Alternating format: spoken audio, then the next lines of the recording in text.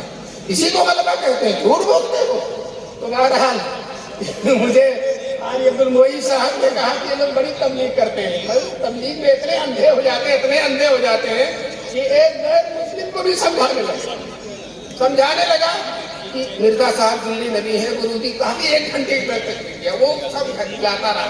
جب یہ کافی محنت کر چکا، پسینہ ہو گیا، تو وہ کہتا آدمی کہ جناب میں نے تو ابھی مسلمانوں کے صحیح نبی کو نہیں مانا ہے، تو یہ جھوٹے نبی کو کیسے مانوں گا؟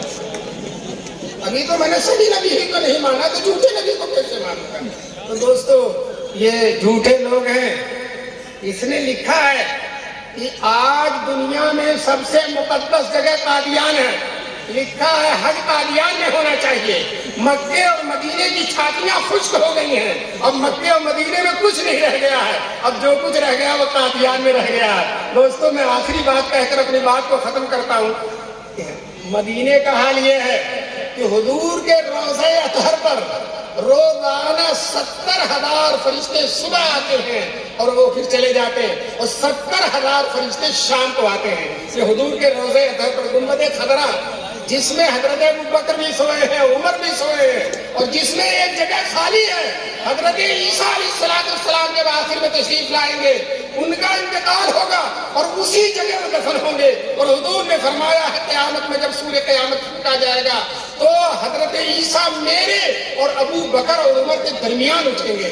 دوستو اور اس جھوٹے نے کہہ دیا وہ کشمیر میں دفن ہو گئے، کشمیر میں دفن ہو گئے، وہ تو مدینے میں دفن ہوں گے. بہرحال 70,000 فرشتے صبح آتے ہیں اور 70,000 فرشتے شام کو آتے ہیں. اور قادیان کی بات ایک ساتھ گئے کہ چلو یہ بھی نبی کا دعویٰ کرنے والے ہیں، چلو دیکھیں قبر پر. گئے تو ایک کتا پیشاب کر رہا تھا. بہرحال علامہ انور شاہ کشمیری کی بات کہہ کر میں اپنی بات کو ختم کرتا ہوں. علامہ انور شاہ کشمیری رحمۃ اللہ علیہ نے فرمایا ہے، بڑی قیمتی بات ہے، علماء کے لیے آب زر سے لکھنے کے لائق ہے. علامہ انور شاہ کشمیری فرماتے ہیں جتنے نبی آئے ہیں 1,24,000، سب کے کا علم ایک ہے، سب کے علم میں اتحاد ہے، سب کے علم میں کوئی اختلاف نہیں ہے. اور اس کے علاوہ دنیا میں جتنے علماء ہیں سب کے علم میں اختلاف ہے. امام حنیفہ، امام شافعی، امام مالک، امام احمد بن حنبل، امام غزالی، امام راضی، سب کے علم میں اختلاف ہے. کوئی یہ کہتا ہے، کوئی یہ کہتا ہے. اور انبیاء جتنے آئے ہیں کسی کے علم میں کوئی اختلاف نہیں، سب کا علم ایک ہے، سب کی پیشین گوئیاں سچی ہیں. جزوی شریعت میں اختلاف ہو سکتا ہے لیکن اصل علم کلی سب کا ایک ہے. پتہ چلا کہ انبیاء کا علم اس دنیا سے اس کا تعلق ہی نہیں ہے، وہ اللہ کی طرف سے ہوتا، وہ بھی علم ہوتا اللہ کی طرف سے، اور جو اللہ کی طرف سے ہوگا اس میں کوئی اختلاف نہیں ہوگا.